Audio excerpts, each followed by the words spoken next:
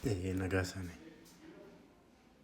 አንድ ነገር በደንብ ላሳስባችሁ የምፈልገው ነገር ህፃናቶች በካንሰር ሊያዙ ይችላሉ።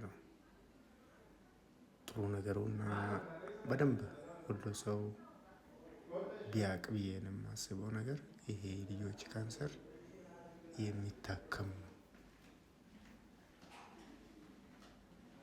አንድ ልጅ በካንሰር ተያዘ ማለት ብዙ ሰው ላይክ የሞት ፍርድ ተፈረደበት ብሎ የምናስብ አይነት ደረጃ አለና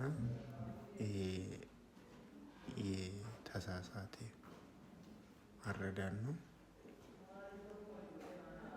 በጣም ከባድም አስቸጋሪም ቢሆን ግን መታከም እንደሚችል እንድትረዱልኝ እፈልጋለሁ። አመሰግናለሁ።